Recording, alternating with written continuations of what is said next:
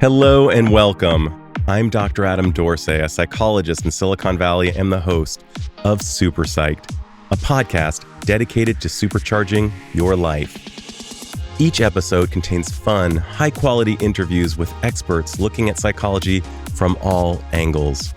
SuperPsyched is your tool to get more of what you want in your life and less of what you don't. This particular episode is something of a special one. It features a person I knew in high school, but as you will hear, there was so much about her I didn't know. We talk about many important themes, including, but not limited to, the importance of narrative, discovering more about your family, and working through narrative and discovery to establish a cohesive sense of self. While this may sound a bit intellectually challenging, fear not. Everything discussed on this episode is highly relatable. My guest, Dr. Kathryn DeZur, has worked as a professor of English for well over 2 decades, including her most recent position at SUNY Delhi. She is a total delight to speak with, and as you'll hear, a proponent of what SuperPsyched is all about. She is committed to doing things, often things that scare her or intimidate her, but in doing so, allow her to feel most alive. So listen in as Kathy and I speak about the power of narrative. Dr. Kathryn DeZur, who has grandfathered me in and allowed me to call her Kathy, a hearty welcome to SuperPsyched. Thank you, Adam. I'm super excited to be here. I can't wait to get into it because I've known you so long, have always embodied this intellectualism, something better than a typical 1980s high school student. You were always meant to be a professor. You were always ahead of the game. And I know now that a lot of that was hard earned, that was not you pretending to be something, but in fact, something you were. And I didn't really have the backstory. And I was wondering if before we get into talking about stories and narratives, if you could share a little bit about yours. Sure. If I'm being flip about how I was raised by a single alcoholic mother and a father who was a player. So he really got on well with the ladies and had always lots of them happening at the same time. And I grew up in Oakland, California. And this was well before Oakland was gentrified. So it was a pretty rough neighborhood. And like most Gen X kids, I was out there navigating the neighborhood on my own. There was not a whole lot of oversight, which I think is true for a lot of our generation. But for me, it was true that when I was out in the world, there wasn't a lot of supervision, but it was also true in the home. There wasn't very much supervision. And my mother had such a significant problem with alcohol that she died by the time that I was 10. She had cirrhosis of the liver. And so that was the point at which I moved to San Jose with my dad. And that's how I got to Lindbergh High School. And that's how I met you. Incredible. I had no idea. One of the things that I can imagine, and based on the research, is you must have experienced some neglect, to put it mildly. Yeah. And that is oftentimes even worse than direct physical or verbal abuse, because at least with those, there's something relational transpiring. But being entirely checked out on, your dad was out playing, your mom was checked out on alcohol. You were navigating the tough streets of Oakland by yourself with very few journeys around the sun, not really knowing your way. I'm breathless as you share your backstory. I didn't know that part. Thank you. And I think that's probably the most apt description of what it was like from somebody else that I've heard. I'm honored. And I think it's so interesting that oftentimes in the Marvel and DC world, the superhero is a reaction to their backstory. Batman sees his parents killed, wants to make sure there's justice going on. Every backstory of every superhero, and I think it's very smart actually, is some type of trauma, and it's a response to that. And so you would ascend from high school to a very demanding college to a very demanding graduate school to becoming a professor, which is not easy to do.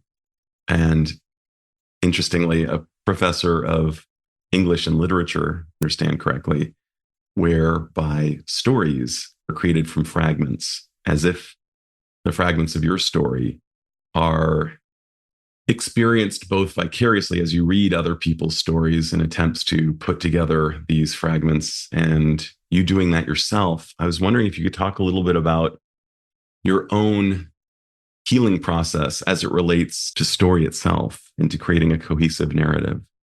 Sure. And I also will say that it's one of the most powerful, compelling things when you get to see yourself in someone else's story. So reading literature and actually being able to identify and being able to connect, that is such powerful stuff. It's like magic. It's like magic. Let's play off that for just a second. Can you just say, before you get into the other parts, who were some of the characters who really, really talked to you?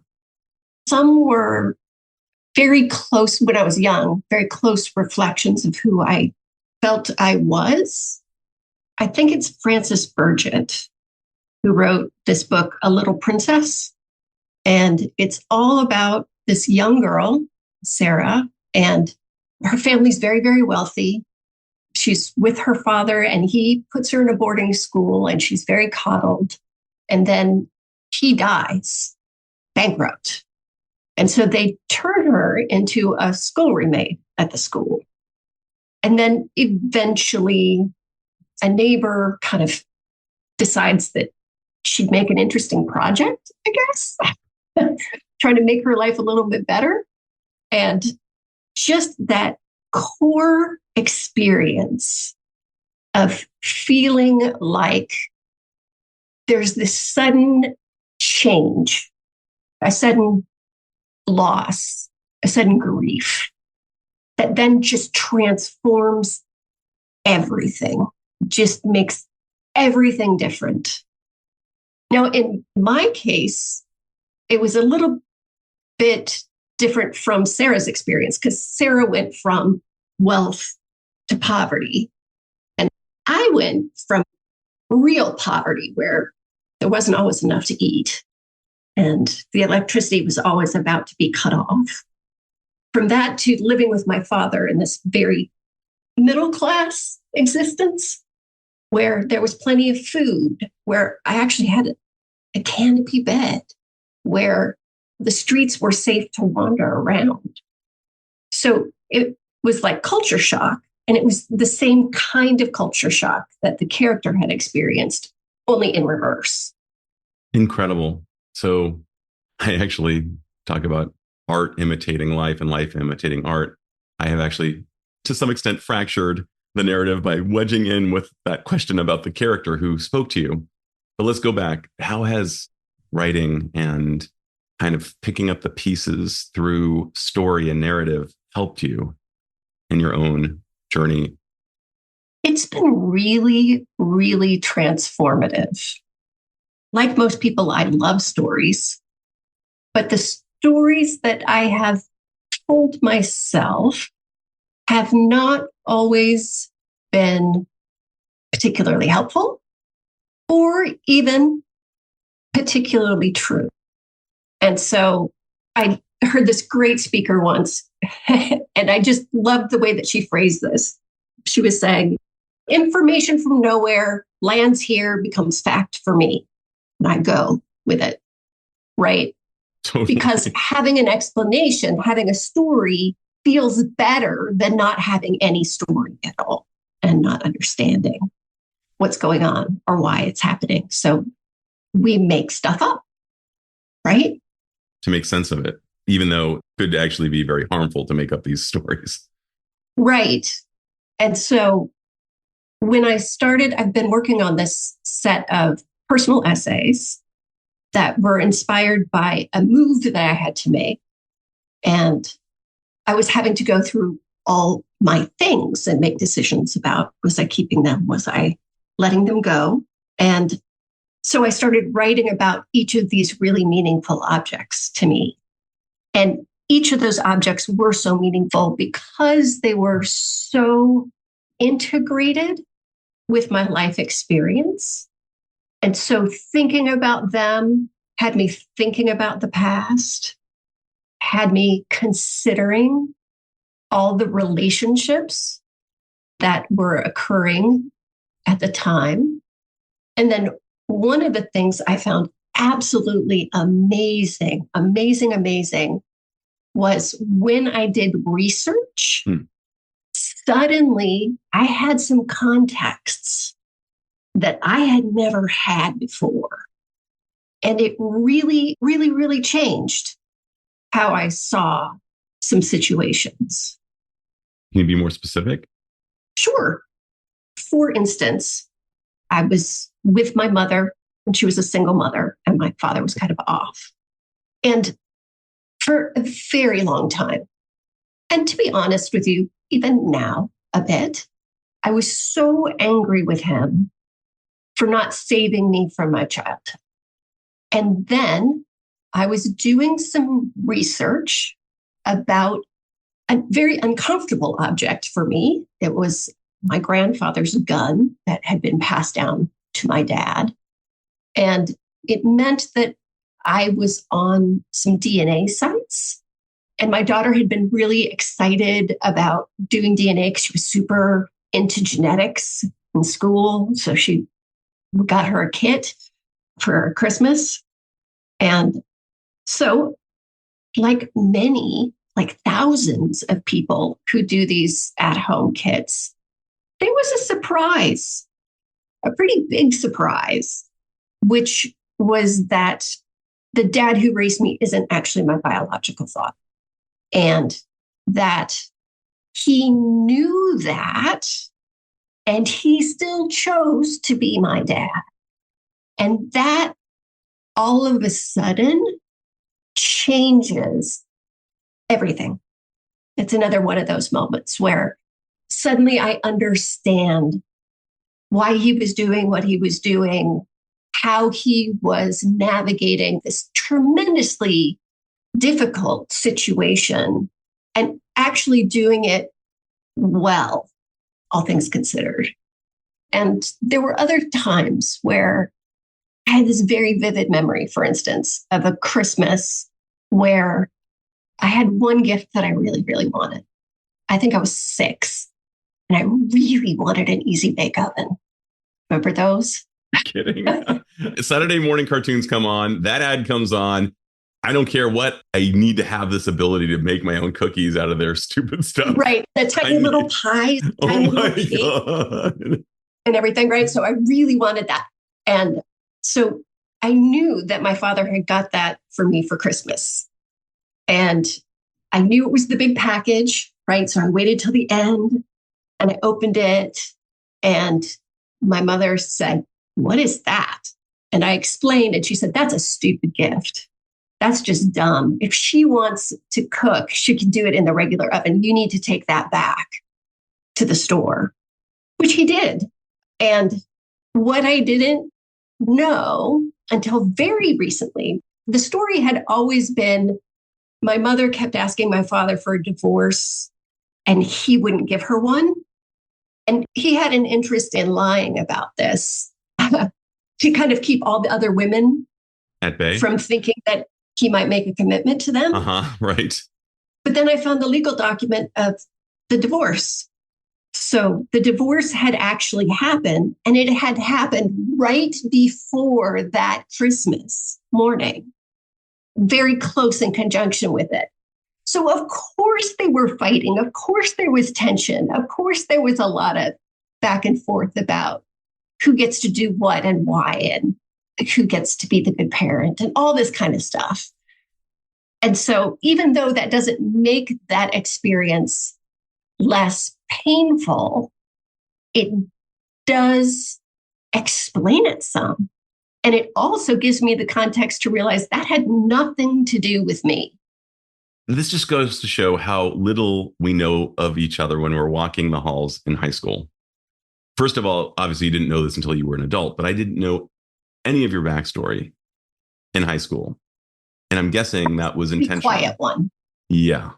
And we knew each other fairly well, but this was not disclosed. And I'm guessing it was not disclosed to many people at all, if anyone. So you find this true story after you had probably needed to create, perhaps in many ways, a fake story, or just based on the information that you had, which was inaccurate, that this father was your father, that your parents were not divorced, that he was holding on to the marriage to keep women at bay. You're finding out that not only is he not your father, but they were actually divorced at a time that you didn't know. What was it like to discover the truth? It was a reckoning. We were talking a little bit earlier about how experiences tend to be an amalgam. They tend to be a mixture of both good and bad. And sorting through these discoveries, which I have to say, writing about them really, really helped me do that. Made me more familiar with the stories and made me more comfortable with them. But it was both a relief and it was a loss to realize that these things I had always thought were true, and in fact, are some of the stories that I identified with and by.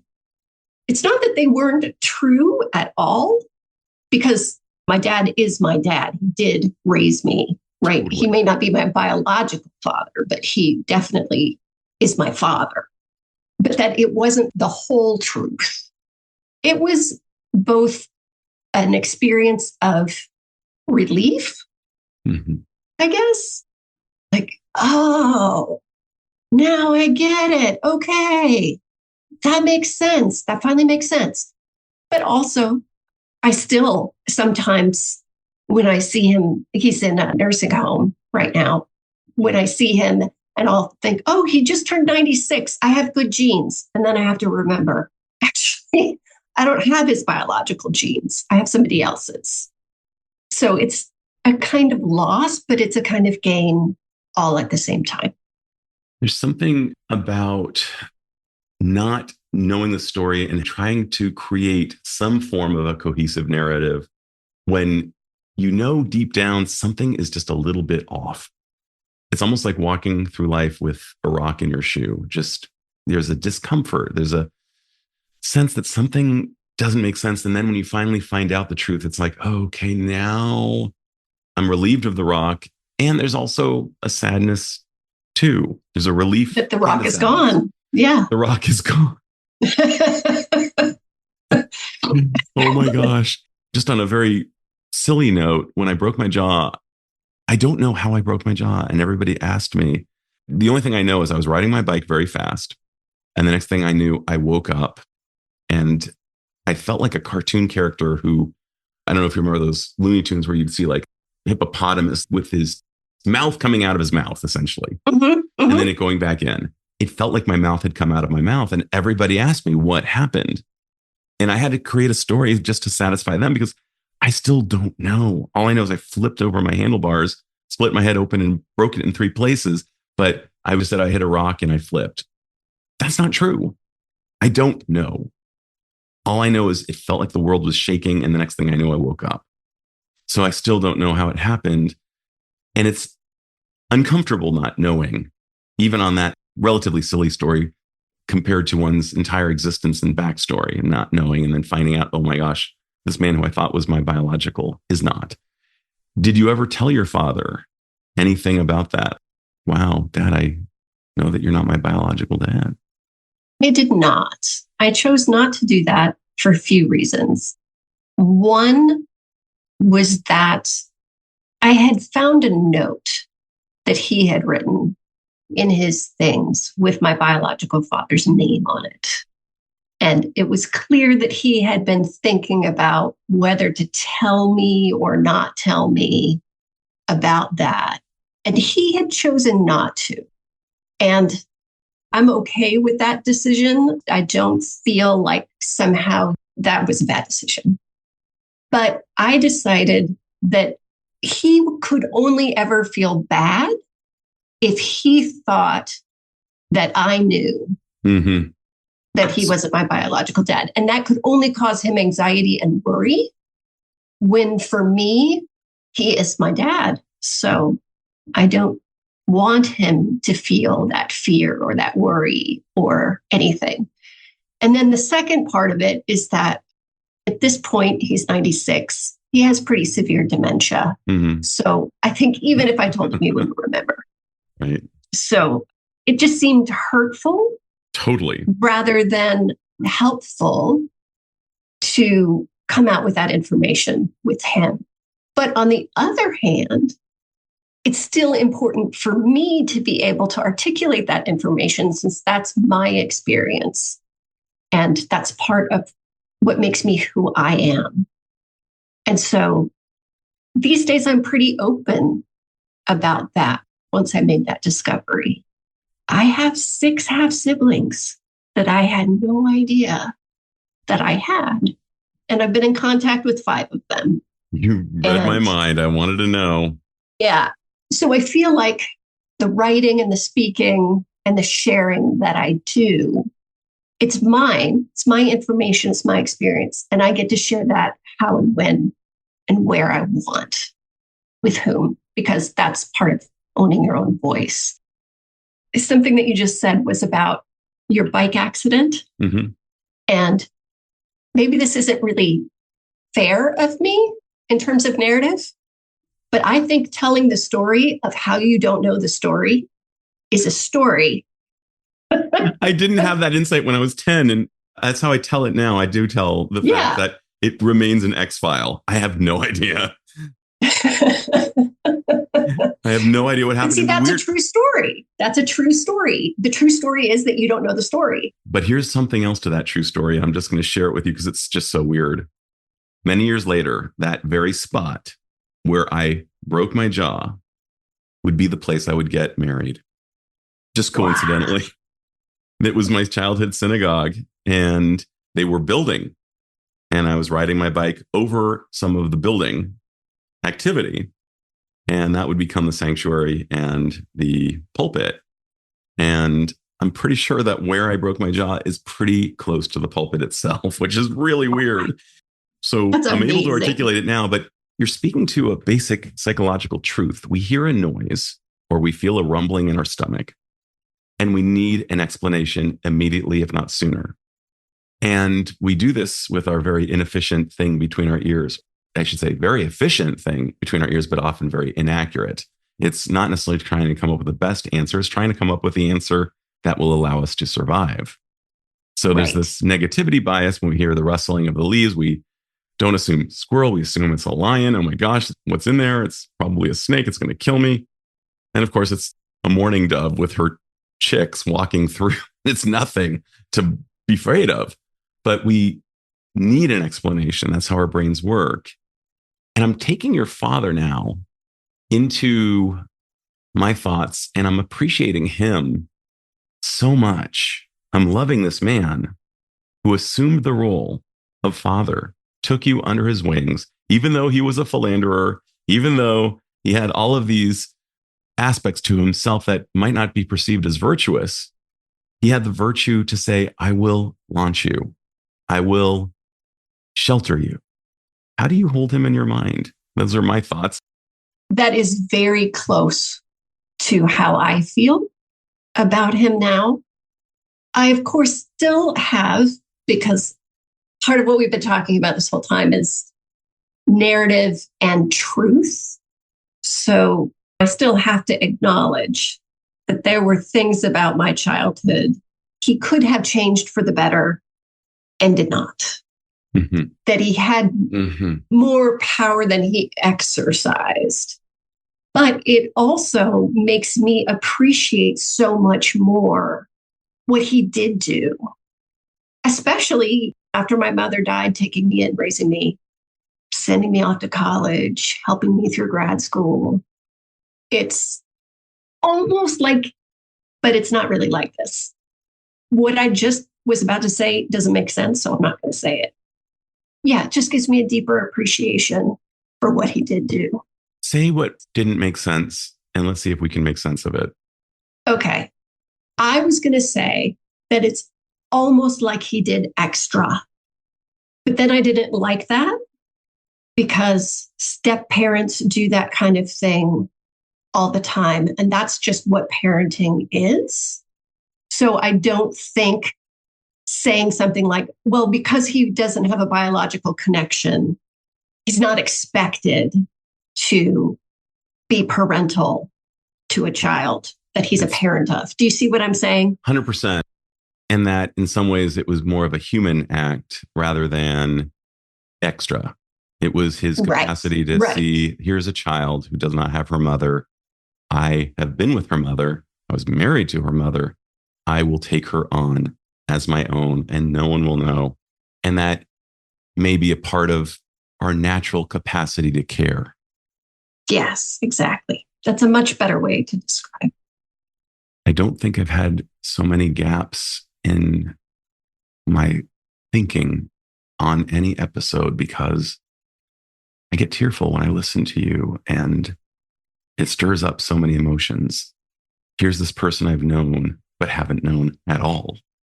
And now you're presenting yourself to me and saying, this is my story. And I'm taking it in because I had this image of who Kathryn DeZur was in high school, the woman who was on drill team and danced and who excelled in all of her classes and seemed so anachronistic. You always seemed like you were a person of a different time because you were so mature and precocious in certain ways. And now I'm getting the backstory as to why that was so and how hard earned that was. So this is really, really compelling to me, Kathy. Well, thank you, Adam. Did you ever find out about your biological dad who was not in your life? I did. When I was at Claremont and I was doing my dissertation, I was having sort of a, as one does, mini crisis. Am I going to be able to finish? Am I actually able to do this?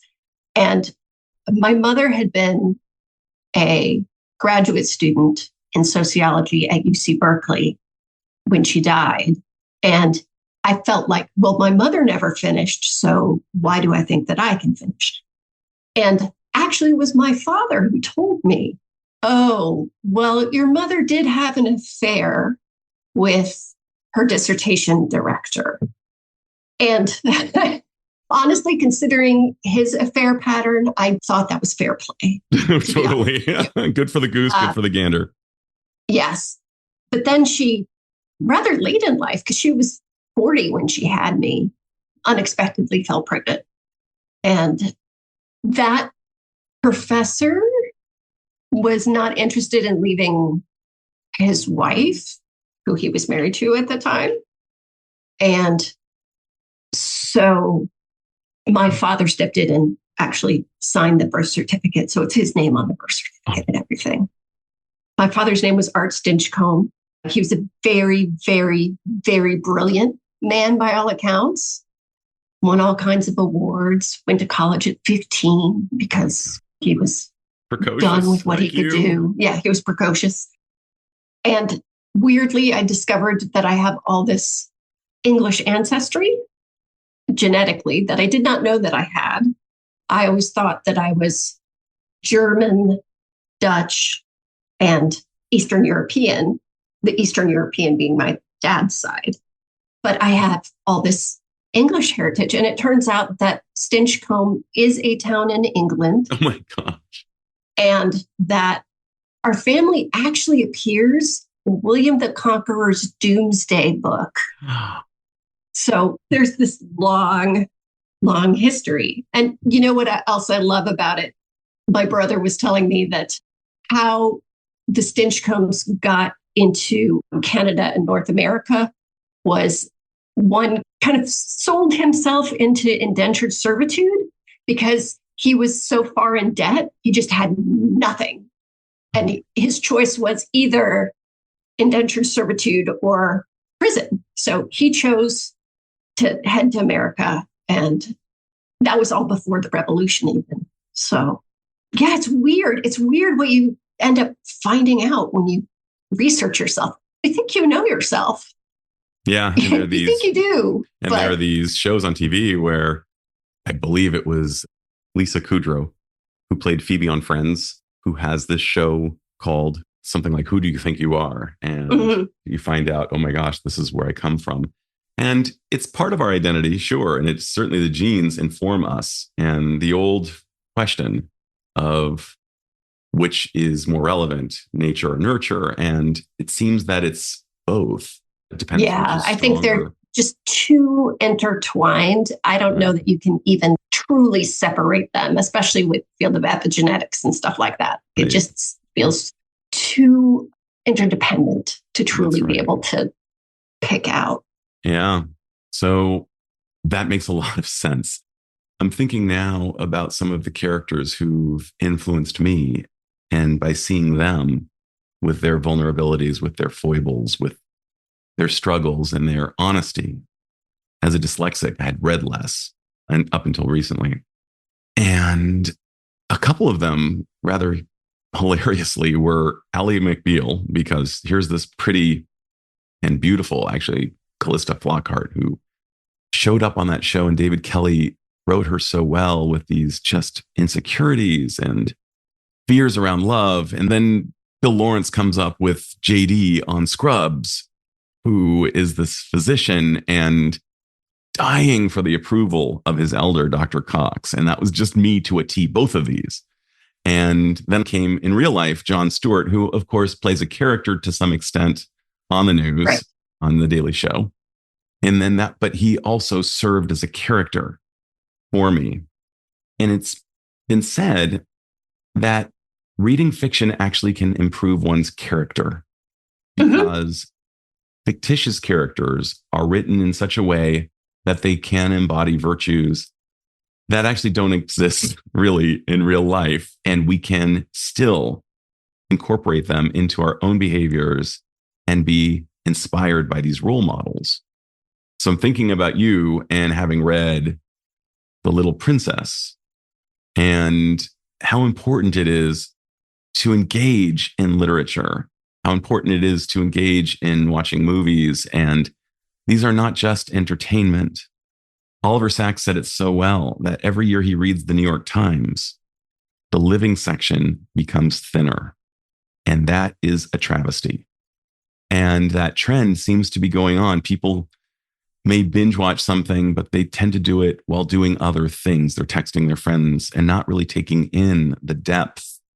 And I heard a friend of mine, Steve, and I were having lunch, and he said, people these days don't really crave depth. They just want kind of fast, easy packaged stuff, easy breezy. And you and I both know that the really good stuff comes from engaging the story.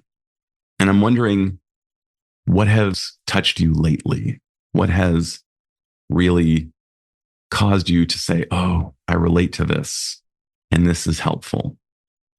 That is such a good question.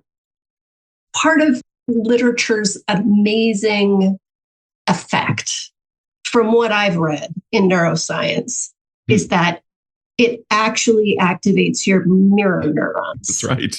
So you're not just reading about someone else. Your brain is actually going through the same experience as the character, which makes all kinds of sense about why there are these studies that talk about how reading literature helps develop empathy, because we get a kind of curious experience, and it's not the same thing as actually having that experience. So I'm trying to think of what I've read recently. I'm a big mystery novel fan. Very much. Syntax. I am a mystery novel. Did you not know? And Louise Penny has this great series with this detective called Armand Gamache. And he is like what you were just describing. He's this idealized character, but I love him so much. And I just would love to be like him, because he's very savvy. he's intelligent, that he's kind. Mm. And at the same time that he is super kind, he also doesn't care quite as much as I do anyway about what other people think of him. And I love that. I wish I were more like that, where he can just look at a situation and say, what is the right thing to do? And just do it, like kind of no matter what the consequences are, socially speaking, or in terms of how people will respond to him. He just does it because he knows it's the right thing. And I aspire to be like that. I think I'm like that sometimes. It is so hard. Those mirror neurons that you're talking about, and for those not familiar with it, it's a part of our brain that causes us to feel empathy. It's that part when somebody, even a cartoon character, gets kicked in the stomach and you feel it. It's how we have actually survived, has been a part of our empathic response. It's actually been, I believe, part of why the Neanderthals died out and why we survived. We were more able to cooperate and empathize with each other. And the Neanderthals did not have that as much. So it's a really important human characteristic. And I experience the same thing when I read really good literature. My favorite book, as some of the listeners may know, because I did an entire little solo episode on it, is The Shadow of the Wind by Carlos Ruiz Zafón. And I have visceral experiences as I'm reading this book. And I feel sorry for anybody who's in the room with me when I'm reading, because I make noises when I'm reading. I'm like, oh, I just like, what the hell? I'm not a quiet reader because of my mirror neurons. I love that. That's amazing. And one of my favorite authors, who's on a different level, but it's AJ Jacobs, I actually say that there should be a warning sticker on his books saying, if you read this in bed and someone is next to you, you will wake them up. So I'm reading on my Kindle, and AJ is so funny that you can't read his stuff and not laugh out loud. But that's really powerful. So let's talk about your choice of employment. You could have done anything. You would have been a great surgeon. You'd have been a great lawyer. You would have been great at a lot of things. And yet you chose English. You chose literature. You go to Claremont Graduate School, a very demanding school where you definitely belonged, in my opinion, although I never saw you there. Looking back, to borrow from Steve Jobs and his idea that we can't connect the dots moving forward, we can only connect them looking back.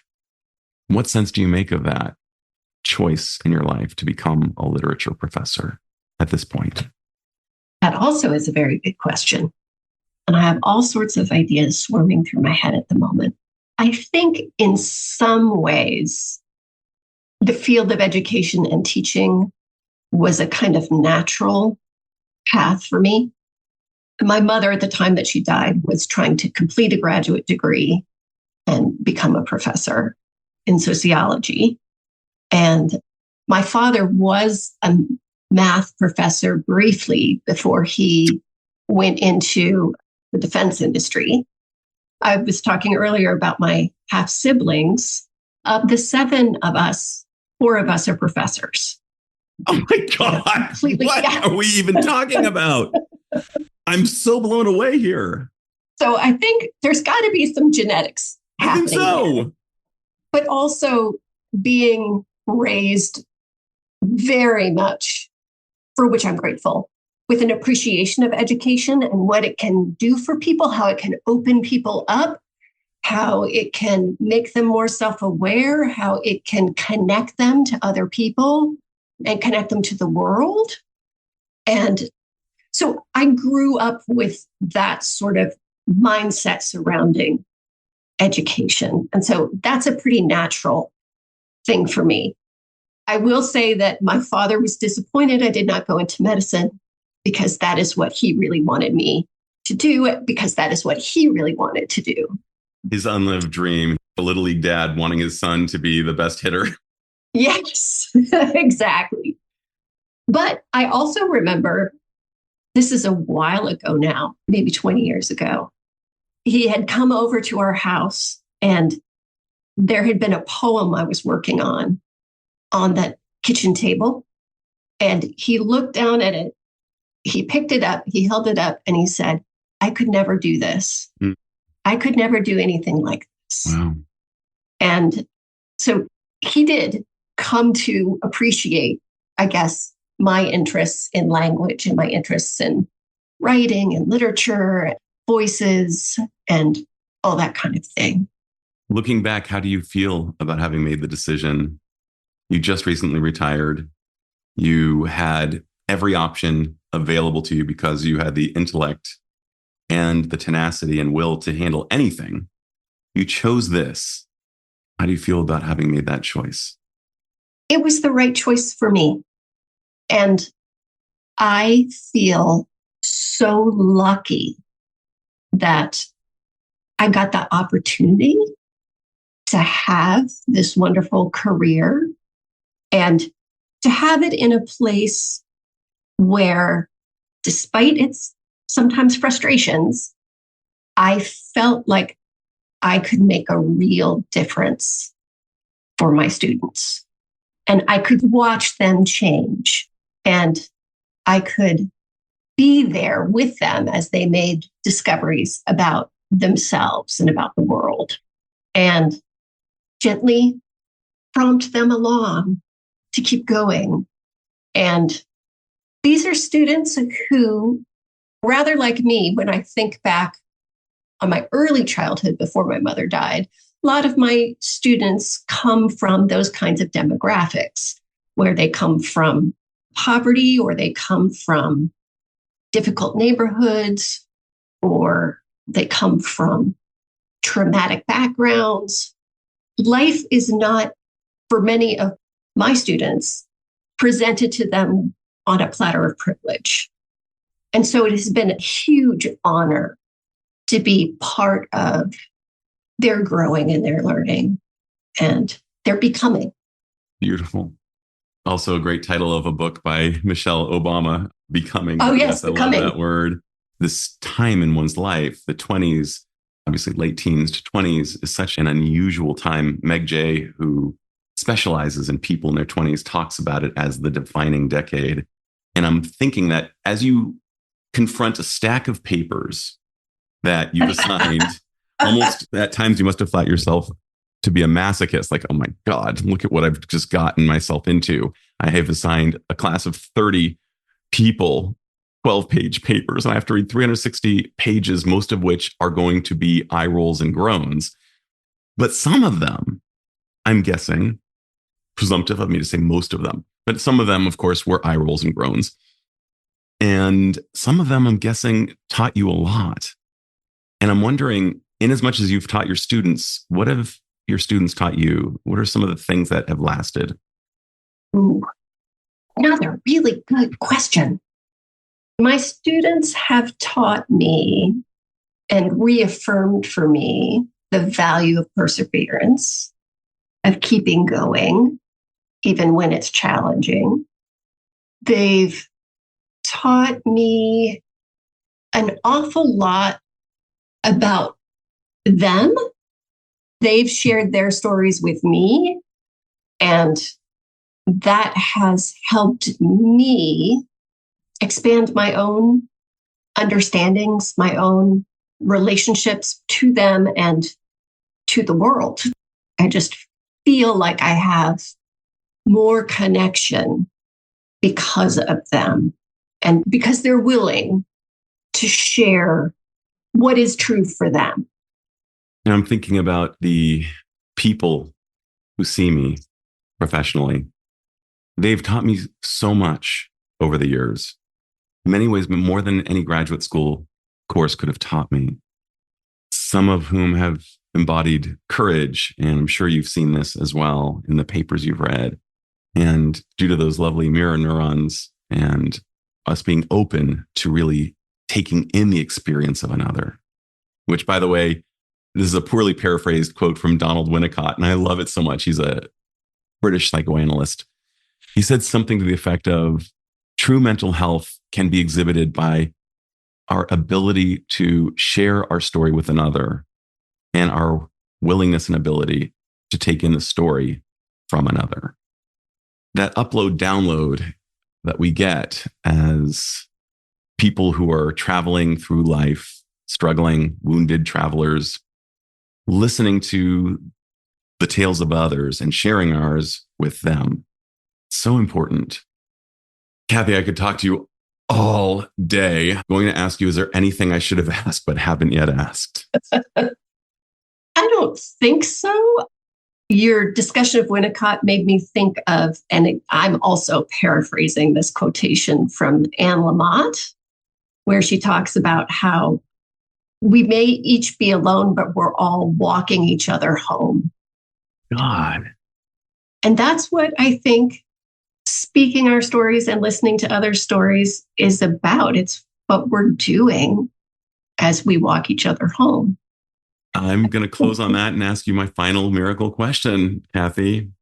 And you know what it is. I do know what it is. You have the powers to confer upon all humanity one insight or skill that would dramatically improve the life of the individual, and because we're all connected, perhaps others as well. What would that insight or skill be, and how do you imagine it would impact the individual as well as society at large?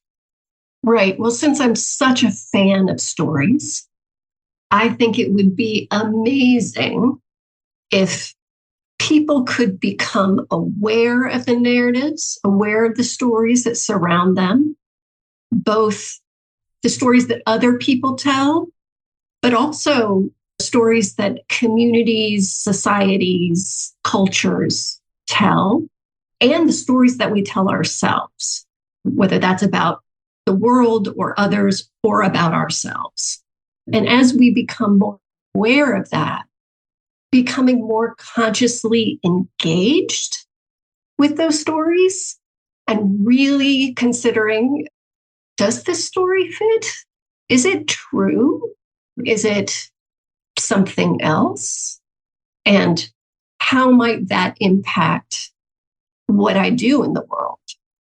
I see that kind of analysis as not just intellectual exercise, right, but really a way to connect with others and as a spur to things like social justice, right? When we actually hear the stories of other people and their truths, and we think about the stories that society presents us, and we put those things together, we can maybe see how society should change, what would make a more just world for everybody.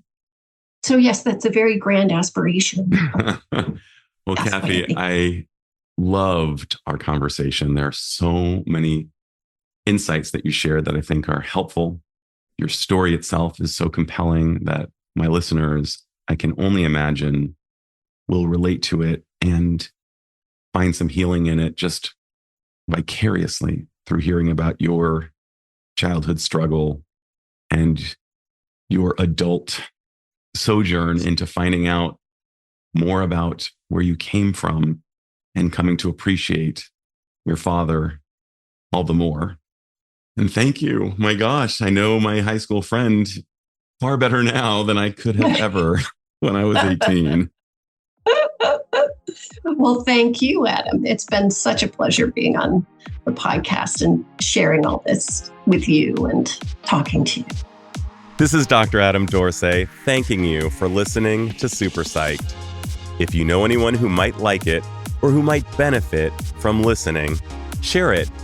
And if you like the episode, please hit subscribe.